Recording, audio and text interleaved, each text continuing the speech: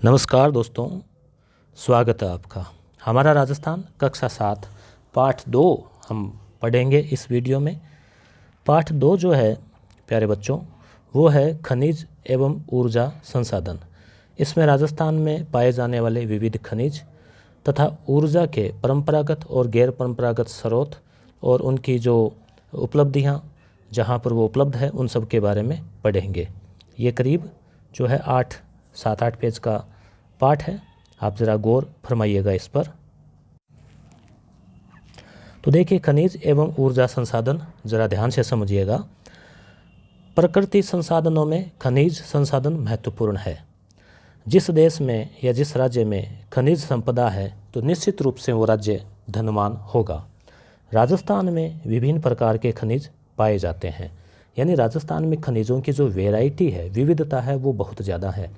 पूरे भारत में विविधता की दृष्टि से अपना राजस्थान 1 नंबर पर है, इसलिए इसको खनिजों का अजायब घर कहते हैं। जबकि खनिज संपदा की दृष्टि से, भंडार की दृष्टि से राजस्थान का भारत में दूसरा स्थान है और पहला स्थान झारखंड का है। अर्थात झारखंड में खनिज सबसे ज़्यादा है, 2 नंबर पर राजस्थान है। वैरायटी या विविधता की दृष्टि से राजस्थान 1 नंबर पे है, जहाँ 67 प्रकार के खनिज पाए जाते हैं। दैनिक उपयोग में आने वाली अनेक वस्तुएं, चाहे अपने धातु से जुड़ी हुई हो, अधातु से जुड़ी हुई हो, खनिज से प्राप्त उत्पादों से निर्मित होती है। आप अपने घर में कल्पना कीजिए, घर की दीवारें, घर का जो पेंट है, दरवाजे हैं, बेड है, कुर्सियाँ हैं, हर चीज़ हमें ज़मीन से, खनिज से प्राप्त हुई है। औद्योगिक विकास के लिए खनिजों की उपलब्धता महत्वपूर्ण होती है। खनिज क्या होता है? खान से बना है शब्द, खान से अज उत्पत्ति होती है, यानी जिसकी खुदाई करके जिसको प्राप्त किया जाता है। खनिज एक निश्चित रासायनिक संगठन वाले भौतिक पदार्थ होते हैं जिन्हें खानों से खोद कर निकाला जाता है, जैसे सीसा, जस्ता, सोना, चांदी, चूना, पत्थर, अब्रक, कोयला, तांबा, लोहा, पेट्रोल, डीजल, केरोसिन, गैस, बहुत प्रकार की चीज़ें इसमें आ जाती है। अब खनिजों को मोटे तौर पे 3 प्रकार में बांटा जाता है। एक धात्विक खनिज, यानी जिसमें धातु का अंश हो। धातु की पहचान आप वैसे जानते हैं, मजबूत होती है, गिरने पर उस समय से आवाज़ भी आती है लगभग टन खन की। धातु को पीटते हैं उसको तो वह फैलती है, टूटती नहीं है। जबकि पत्थर को पीटेंगे टूट जाएगा, धातु फैलेगी तो आघात वर्ध्यता, तन्यता, यानी उसको पिघलाकर तार बनाए जा सकते हैं, तो उसे धात्विक खनिज कहते हैं। इन खनिजों को गलाकर नवीन उत्पाद प्राप्त किए जा सकते हैं। जैसे पुराना लोहा है, कबाड़ वाला लेता है, उसको पिघला के उसे नए भी बनाए जा सकते हैं। ये कठोर होते हैं तथा चमक भी होती है। दूसरा है तो धातु में जैसे लोहा, ठीक है, सोना, चांदी, तांबा, बहुत सारी चीज़ें।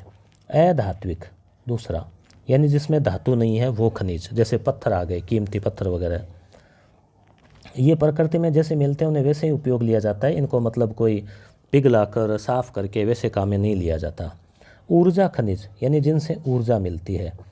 ऊर्जा ये नहीं कि अपन अपने शरीर में उनको खाएंगे और कहते हैं ना कि भोजन से ऊर्जा मिलती है, वैसे नहीं। ऊर्जा का मतलब हो गया यहाँ पे कि उनको जलाकर जो है ऊर्जा मिलती है मोटर गाड़ियों को, तो उन्हें ऊर्जा खनिज कहते हैं। जैसे कोयला, ठीक है, इससे बिजली भी बनती है। कोयले को गर्म करके पहले ट्रेनें भी चलती थी, आजकल बिजली में काम आता है। पेट्रोल, प्राकृतिक गैस जलाने के भी, गाड़ियों को चलाने के भी। ओवन जो है ना, ऑयल एंड नेचुरल गैस नहीं, वो प्राकृतिक गैस में, और उसमें एलपीजी और एक वो सीएनजी।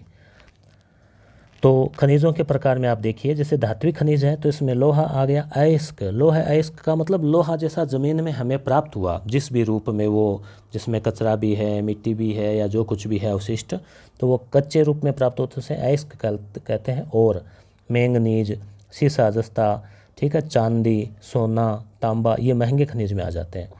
अधात्विक, चूना पत्थर, जिप्सम, ध्यान रखें जिप्सम राजस्थान में, बीकानेर में, नागौर में, पश्चिमी राजस्थान में खूब होती है। संगमरमर, अब्रक, ये जो मैंने येलो किया ध्यान रखना, ये कंफ्यूज करता है। अब्रक नाम लेते ऐसा लगता है कोई धातु होगी, मगर धातु नहीं है। ये पतली परत के जैसी पपड़ी सी होती है, प्लास्टिक की जैसी सी। रॉक फॉस्फेट, जिप्सम और रॉक फॉस्फेट जो है वो खाद के रूप में भी काम आते हैं उर्वरक बनाने में। घिया पत्थर, नमक, बलुआ पत्थर। तो जिप्सम और अब्रक आप ज़रूर याद रखें। ऊर्जा में कोयला, खनिज तेल, प्राकृतिक गैस, ये सब इसमें आ जाएंगे। आगे बात करते हैं। देखो नीचे मैंने पृष्ठ संख्या भी दे रखी है, आप कन्फ्यूज़न नहीं होंगे। इसकी PDF जो है प्यारे बच्चों आपको मेरे टेलीग्राम चैनल पे मिल जाएगी। टेलीग्राम चैनल आप ज्वाइन कर लें, नीचे लिंक दिया गया है वहाँ से, डिस्क्रिप्शन से। राजस्थान में वोलस्टोनाइट याद रखें, जास्पर। तो जावा, ट्रिक याद रखें, जावा। जावा एक कंप्यूटर में भाषा भी होती है, तो ट्रिक है जावा, या जैसे जावा, जास्पर, वोलस्टोनाइट। इनके मामले में राजस्थान का एकाधिकार है, और शीशाजस्ता में भी। एकाधिकार का मतलब पूरे भारत में सबसे ज़्यादा राजस्थान में होता है। संगमरमर यानी कि मार्बल, जो कि सफ़ेद, जिससे ताजमहल बना है। ग्रेनाइट, जो किचन में सामान्यतः काम में लेते हैं अपने।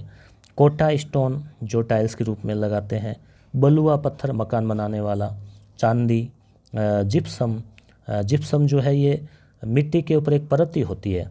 रॉक फॉस्फेट, ठीक है। कैलसाइट, वालकले, घिया पत्थर, तांबा, इनके उत्पादन में भी राजस्थान काफ़ी अग्रणी है, बड़ी मात्रा में होता है। खनिजों की उपलब्धता की दृष्टि से अरावली पर्वतमाला जो है वो बहुत महत्वपूर्ण है। अरावली में जैसे अपने यहाँ झुंझुनू, सीकर से लेके, अजमेर से लेके उदयपुर, सिरोही तक, राजसमंद तक, ये पूरा क्षेत्र जो इन खनिजों के लिए जाना जाता है। देश का अधिकांश सीसा जस्ता राजस्थान में होता है। यह है ना, सीसा जस्ता में एकाधिकार है।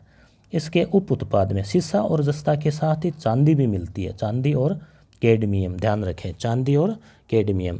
अब सीसा जस्ता के लिए जैसे राजसमंद है, उदयपुर है, ये मुख्य खाने हैं। देबारी, उदयपुर में। जस्ता शोधक संयंत्र, यानी ज़मीन से सीसा और जस्ता निकाला, फिर उसको साफ करने के लिए उसकी रिफाइनरी की तरह एक बड़ा संयंत्र लगा होता है, जो देबारी में है। चंदेरिया में भी है, चित्तौड़गढ़ में, और एक कपासन में भी है। तो ये सीसा जस्ता स्मेल्टिंग जो फैक्ट्री है वो है। तो चंदेरिया, तो ये आप याद रखें, चक दे। एक फिल्म थी चक दे इंडिया, हॉकी के ऊपर, शाहरुख खान की। तो चक दे आप याद रखें। जैसे चंदेरिया, कैसे कपासन, और दे से देबारी। अब आप देखिए खनिज का नाम और संबंधित जिले। सीसा जस्ता एक तो उदयपुर में जावर की बड़ी खान है, भीलवाड़ा में है, और राजसमंद में है। राजपुर दरीबा, भीलवाड़े में रामपुरा, गुच्चा। उपयोग, सीसा जस्ता क्या काम आता है? अम्ल, बैटरी, सुरक्षा उपकरण। सीसा और जस्ता, जस्ता होता है लोहे के ऊपर उसकी परत से डालते हैं तो फिर वो जो उसके जंग नहीं आता। बर्तन, सौंदर्य प्रसाधन आदि। तांबा, झुंझुनू, खेतड़ी, अलवर। विद्युत तार और बर्तन। लोह अयस्क, जयपुर, सीकर, झुंझुनू। मोरिजा, बानोला, इनकी जो खान है। नीमला, रायसेला, नाथरा की पोल, तो मुख्यतः जयपुर वाला क्षेत्र। मशीनरी, लोहा तो अब आपको पता है ये सब जगह काम आता है। चांदी, ठीक है, जे उदयपुर, राजसमंद, जहाँ सीसा जस्ता की खाने वहीं चांदी है। आभूषण, सिक्के, सजावटी वस्तुएं। जिप्सम, बीकानेर मुख्यतः, नागौर, श्रीगंगानगर, बाड़मेर, जैसलमेर। रासायनिक उर्वरक यानी खाद बनाते हैं जो। प्लास्टर ऑफ पेरिस, सीमेंट, इनमें काम आता है। रॉक फॉस्फेट, रॉक फॉस्फेट भी खाद बनाने में उदयपुर, जैसलमेर। झामर कोटला इसकी बड़ी खान है। देखो रॉक फॉस्फेट, फास्ट चलते हैं तो क्या होता है, गाड़ी जाम हो जाती है, तो ट्रिक है झामर कोटड़ा, ठीक है। कहाँ? रासायनिक उर्वरक में काम आता है। अब्रक, अब्रक जो है प्रेस होती है जो कपड़ों के करते हैं, उसके भी नीचे इसकी प्लेट होती है। ये क्या होता है? विद्युत रोधी होता है और ताप रोधी होता है। पतली यानी 1 सेमी में भी कई परतें इसकी आ जाती है। भीलवाड़ा मुख्यतः अब्रक की ईंटों के लिए। अजमेर, जयपुर। विद्युत उद्योग, सजावट, दर्पण में काम आता है। वोलस्टोनाइट, सिरोही, जो आपको याद होगा जावा, जासपुर, वोलस्टोनाइट में राजस्थान का एकाधिकार है। सिरेमिक उद्योग, सिरेमिक का मतलब जो कांच बनाते हैं मिट्टी के जो कणों से, चमकीले। कागज़ उद्योग, रंग उद्योग, इनमें काम आता है।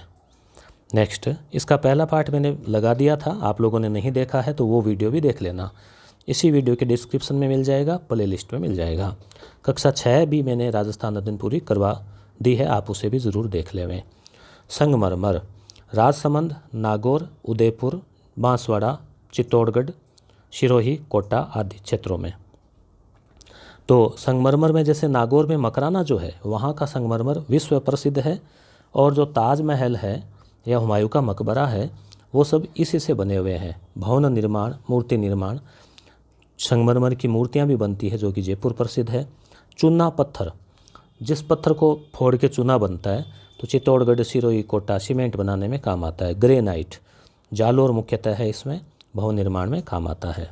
या ये यहाँ पे आप थोड़ा देख सकते हैं मैप, जैसे आपको अगर जिले याद नहीं है तो जिले भी याद कर लेवें। और यहाँ दर्शाया गया है कि जैसे तांबे के से त्रिभुज के रूप में, तो यहाँ जैसे सिक्कर में, अलवर में, इस तरह से। तो आप इसको आप चाहें तो इसको स्क्रीनशॉट लेके फिर उसको बड़ा करके देख सकते हैं। नेक्स्ट, ऊर्जा संसाधन। खनिजों के बारे में हो गया, अब ऊर्जा की बात करते हैं। दो प्रकार के ऊर्जा संसाधन है, एक तो है परंपरागत और एक गैर परंपरागत। दोस्तों अभी एक कौन बनेगा करोड़पति आप जानते हैं, सीजन 12 चल रही है, उसमें भी अभी एक प्रश्न पूछा गया था गैर परंपरागत ऊर्जा स्रोत का, जिसमें कि जो प्राकृतिक गैस ऐसा कोई ऑप्शन था उसमें कि नहीं है। तो ध्यान रखें ये क्वेश्चन तो पूछा ही जाता है अक्सर ऊर्जा को लेके। परंपरागत का मतलब है वे स्रोत जो पिछले कई सालों से चले आ रहे हैं, 200-300 सालों से, और वो ख़त्म हो जाएंगे। उनकी खास पहचान क्या है, ख़त्म हो जाएंगे, लिमिट है ज़मीन के अंदर, वो फिक्स है। जैसे पेट्रोल है, तो पेट्रोल ये तो यानी कि ज़मीन में रोज़ नया बन रहा है, जो बन गया पिछले लाखों सालों की प्रोसेस में वही है, अब उसको काम में लेते रहेंगे तो एक दिन भंडार समाप्त हो जाएंगे। तो इसी तरह से वो चीज़ें जो समाप्त हो जाएगी वो है परंपरागत, और जो समाप्त नहीं होगी, नवीकरणीय है, रीन्यू कर सकते हैं, उनको चलती रहेगी। अब जैसे देखो, जब तक सूरज रहेगा तब तक सौर ऊर्जा रहेगी, जब तक हवा चलेगी पवन चक्की चलती रहेगी। तो इस तरह से वो क्या है, गैर परंपरागत है, यानी नवीन स्रोत है, पिछले 150 सालों में ही आए हैं। ऊर्जा के परंपरागत साधनों में कोयले के भंडार निश्चित है, खत्म भी हो ही जाएंगे एक दिन। खनिज तेल, प्राकृतिक गैस, ये आ जाते हैं इसमें, एक बार उपयोग में लेने के बाद में सदा के लिए समाप्त हो जाते हैं। ऊर्जा के गैर परंपरागत में परमाणु ऊर्जा यहाँ दिया है, जो कि इसमें नहीं आता, जबकि परमाणु जो है परंपरागत में ही आता है मित्रों, क्योंकि यह तो यूरेनियम और थोरियम से बनता है, तो वो भी ज़मीन में भंडार है, निश्चित है। ये तो यानी कि यूरेनियम नया बनता रहेगा, तो यहाँ ये परमाणु ऊर्जा यहाँ से काट देना चाहिए मेरे ख्याल से। आपका क्या ख्याल है? अब देखो, पवन ऊर्जा, सौर ऊर्जा, बायोमास, ज्वारीय ऊर्जा, सागरीय ऊर्जा। पवन ऊर्जा यानी हवा से बिजली बनना, सौर ऊर्जा सूर्य की रोशनी से, बायोमास का मतलब कचरा, जैव कचरा, जैसे मान लो गोबर वगैरह है या पेड़ पौधों का कचरा है, तो ये तो जब तक मनुष्य रहेगा धरती पर कचरा भी होता रहेगा, तो उससे बिजली बन रही है। ज्वारीय ऊर्जा मतलब समुद्र में जो लहरें आती है ऊंचे नीचे, उनसे जो है वो पंखे चल के इस तरह से। तो ऊर्जा के परंपरागत स्रोत, ये कोयले की खान है। कोयला 4 प्रकार का होता है, याद रखें, ए बी लिपी, ये ट्रिक है, ए बी लिपी। तो देखिए, एंथ्रेसाइट, बिटुमिनस, लिग्नाइट और पीट। ए जो है ना, A1 1 नंबर पे एंथ्रेसाइट सबसे बेस्ट क्वालिटी है। बी दूसरा अक्षर आता है ABCD में। बिटुमिनस 2 नंबर की क्वालिटी का है, ये 3 नंबर, और ये सबसे घटिया क्वालिटी। एंथ्रेसाइट, बिटुमिनस, लिग्नाइट और पीट। एंथ्रेसाइट कोयला उत्तम किस्म का होता है, ठीक है। और जैसे भारत में झारखंड है, मध्य प्रदेश है, उड़ीसा है, राजस्थान है, इन क्षेत्रों में पाया जाता है। एंथ्रेसाइट नहीं पाया जाता। एंथ्रेसाइट राजस्थान के अलावा बाकी जो मैंने नाम लिए, राजस्थान में लिग्नाइट किस्म का जो 3 नंबर वाला है, इसका कलर क्या होता है, भूरा होता है, इसलिए इसको भूरा कोयला भी कहते हैं। तो ठीक ठाक है क्वालिटी में ये। पीठ तो कोई खास काम का ही नहीं है, उस पर तो उतना महंगा खर्चा पड़ जाता है, उसको साफ़ सफाई में गिल्ला होता है, तो जलने में काम नहीं आता। तो राजस्थान में लिग्नाइट कोयला पलाना और बरसिंगसर, कहाँ, बीकानेर, याद रखें, पलाना और बरसिंगसर। जालिपा, कपूरड़ी, बाड़मेर, मेड़ता रोड, नागौर, जैसलमेर, यहाँ पाया जाता है। भारत में लिग्नाइट जो है वो नेवेली एक खान है, नेवेली, तमिलनाडु में, ध्यान रखना। बिजली कंपनी भी है, बिजली भी बनाती है, नेवेली खान भी है। तो राजस्थान का पहला super thermal power station Suratgarh है। सूरतगढ़ में बिजली जो है वो कोयले से ही बनती है। थर्मल पावर का मतलब तापीय, यानी जो कोयला है उसको जलाकर गर्म करके फिर उससे बिजली बनती है, भाप बनाकर, पानी की भाप से। तो सूरतगढ़ जो है पहला सुपर थर्मल पावर स्टेशन है, गंगानगर में है। उसके अलावा कोटा, काली सिंध झालावाड़ में, छबड़ा बारा में भी कोयले पर आधारित ताप विद्युत संयंत्र है। काली सिंध याद रखें नदी का भी नाम है, तो आप इसको क्या है जल विद्युत समझ लेते हैं। कोटा, छबड़ा और काली सिंध, ठीक है, तीनों ही क्या है ताप विद्युत संयंत्र है। बाड़मेर में गिरल में भी लिग्नाइट आधारित ताप विद्युत संयंत्र है। तो याद रखें, आप कक्षा 7 के विद्यार्थी है तो भी आपके काम का है। और ये किताब सरकार ने इसीलिए लागू की है ताकि विद्यार्थियों का राजस्थान जीके मजबूत हो जाए और आगे जाकर वो कंपटीशन की तैयारी कर सकें। तो इसमें और आप कंपटीशन की तैयारी करने वाले हैं तो आपके लिए काम का है ही है वीडियो। प्राकृतिक तेल एवं गैस, तो जैसलमेर बेसिन ध्यान में रखें आप इसमें, Jaisalmer basin, Barmer Sanchore basin, Bikaner Nagaur basin, यानी बीकानेर से लेके नागौर के बीच में एक पट्टी है, यानी एक क्षेत्र है। बाड़मेर से सांचौर, बाड़मेर और जालौर के बीच का एक जो क्षेत्र है पंचपदरा और वाला, जहाँ की ज़मीन में भंडार है पेट्रोल के। घोटारू, कमली ताल, तन्नोट जैसलमेर में है ये, मनिहारी टिबा, रामगढ़, राजेश्वरी, डांडेवाला आदि में प्राकृतिक गैस के भंडार मिले हैं। डांडेवाला, सादेवाला, ठीक है, घोटारू, ये भी आप इसे गैस से भी एक ट्रिक से याद रख सकते हैं। तो ये जैसलमेर में गैस और बाड़मेर में तेल, सादेवाला जैसलमेर, बागेवाला बीकानेर और ऐश्वर्या मंगला में खनिज तेल भी पाया गया है। प्राकृतिक गैस कई बार तो क्या होता है को पेट्रोल के साथ ही पाई जाती है, उसके ऊपर जो ज़मीन में जो संचित भंडार, और कई बार क्या है केवल गैस पाई जाती है, नीचे पेट्रोल नहीं होता। जैसलमेर में रामगढ़, बारा में अंता, धौलपुर में प्राकृतिक गैस आधारित विद्युत ग्रह है। याद रखें अंता, रामगढ़ और धौलपुर, ठीक है, और ये इनके नाम भी याद रखें खानों के। ये बाड़मेर में रिफाइनरी प्रस्तावित है, प्रोसेस चल रही है, बहुत बड़ी रिफाइनरी बनेगी। बाड़मेर रिफाइनरी को राजस्थान के मानचित्र में दिखाइए, तो बाड़मेर को आप पहचान लेंगे। जल विद्युत यानी कि पानी से बिजली कैसे बनती है, ये नदी है, ये आगे बांध है, नदी का पानी है, बांध से गेट है, गेटों से क्या होता है काफ़ी प्रेशर से गिरता है, तो फिर वहाँ नीचे टरबाइन लगा दी जाती है, जिस पर पानी गिरता है वो घूमती है और वो बेल्ट लगी रहती है उसकी जेनरेटर के। फिर जेनरेटर जो है वो बिजली बनाता है, जेनरेटर उस बेल्ट से, जो बेल्ट चलती है वो ऊर्जा से, उस बेल्ट को ऊर्जा, टरबाइन को ऊर्जा कहाँ से मिली, पानी से, और फिर जेनरेटर को जो है उस पानी की ऊर्जा से बिजली बना देता है। तो चंबल नदी घाटी जो है उस पर गांधी सागर, राणा प्रताप सागर से जल विद्युत उत्पन्न की जा रही है। गांधी सागर एमपी में है, राणा प्रताप सागर चित्तौड़गढ़ में है। बांसवाड़ा में है माही नदी पर बजाज सागर, जहाँ से भी बिजली बनती है। उसके अलावा भाखड़ा नांगल व्यास परियोजना, जिसमें भी राजस्थान को हिस्सा मिलता है। अब आ जाता है ये माही बजाज सागर बांध है, कहाँ पर है, माही नदी पर बांसवाड़ा में। पर्यटन की दृष्टि से भी महत्वपूर्ण है, लोग आते हैं देखने के लिए, काफ़ी सुंदर नज़ारा होता है, मनोरम। ऊर्जा के गैर परंपरागत साधन, इनकी हम बात करें तो परमाणु ऊर्जा की हम बात करते हैं। तो परमाणु जो है, जस्ट ए मिनट, परमाणु जो है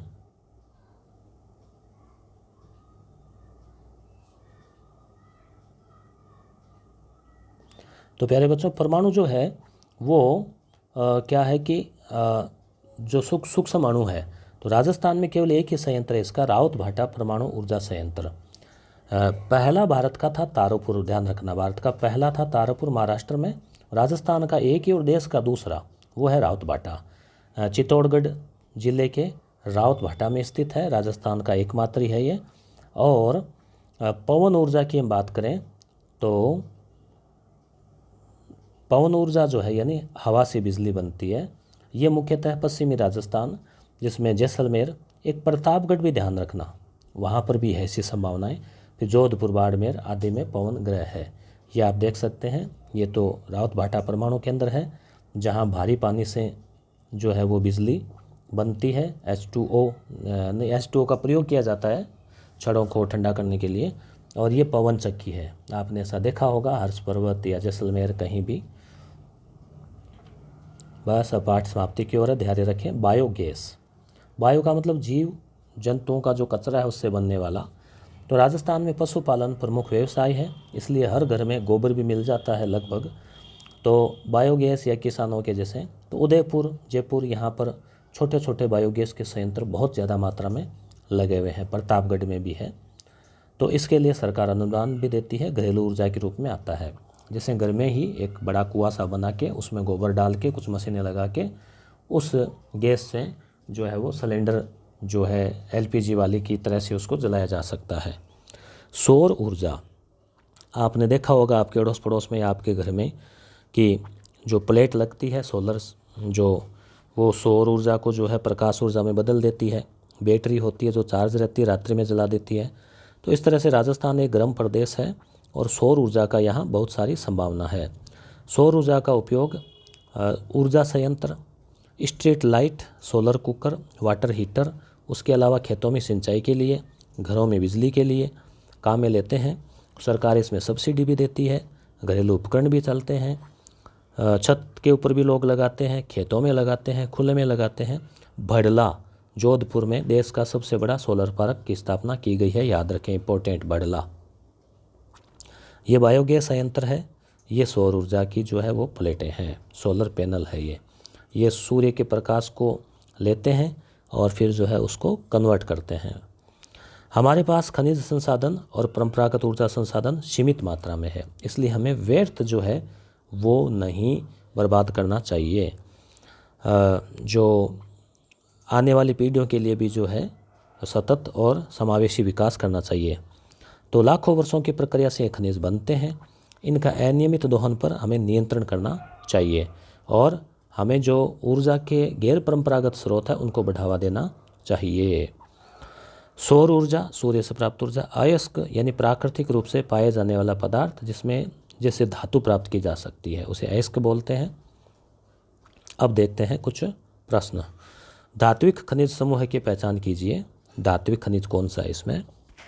सीसा, तांबा, लोहा, ये होगा ना, तीनों धातु है। जबकि इसमें संगमरमर नहीं है। जिप्सम क्या है, धातु है या नहीं है? नहीं है। ठीक है, इसमें चूना पत्थर नहीं है, इसमें अब्रक और ग्रेनाइट नहीं है। तो ये हो गया। चंदेरिया सीसा जस्ता शोधन संयंत्र कहाँ पर है? चंदेरिया तो जैसलमेर है, चित्तौड़गढ़। चक दे याद होगा, चंदेरिया, कपासन और देबारी। प्रकार का कोयला श्रेष्ठ कोयला होता है, कौन सा? A1, number 1 anthracite. ऊर्जा के परंपरागत संसाधन, तो ऊर्जा के परंपरागत संसाधन है कौन से? कोयला, पेट्रोल, डीजल आदि, परमाणु। ऊर्जा के गैर परंपरागत संसाधनों के नाम लिखिए। सौर ऊर्जा, पवन ऊर्जा, बायोमास, बायोगैस, जवारीय ऊर्जा, भूतापीय ऊर्जा, जमीन के अंदर जो ताप उसका। 2 धात्विक खनिजों के नाम बताते हुए उनके जिले, खनिज किसे कहते हैं? सौर ऊर्जा पर टिप्पणी लिखिए। और यहाँ आपके लिए गतिविधि क्या दी गई है? प्रत्येक विद्यार्थी खनिज का नाम बताएं और खनिजों से संबंधित जिलों को। तो अगर मैं आपसे कहना चाहूँगा कि आपके ज़िले में कोई खनिज की खान है तो उसका आप कमेंट में ज़रूर करें ताकि दूसरे विद्यार्थियों को भी फ़ायदा हो। वीडियो अच्छा लगता है तो आपको लाइक तो करना ही है और आपको जो है चैनल को सब्सक्राइब भी कर लिया होगा। और दोस्तों मैं आपको इन्फॉर्मेशन दे दूँ कि अनअकैडमी एक लार्जेस्ट लर्निंग प्लेटफॉर्म है जहाँ पर 2021 के लिए RS का फाउंडेशन कोर्स चल रहा है जो कि 14 अक्टूबर से प्रारंभ हो चुका है। और हर वीक जो है इसमें नया बैच प्रारंभ होता है। एक टीम टीचिंग इसमें होती है।